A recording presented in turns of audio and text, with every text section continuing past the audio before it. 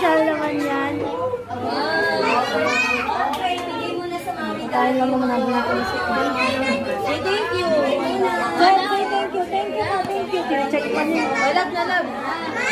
Ayan.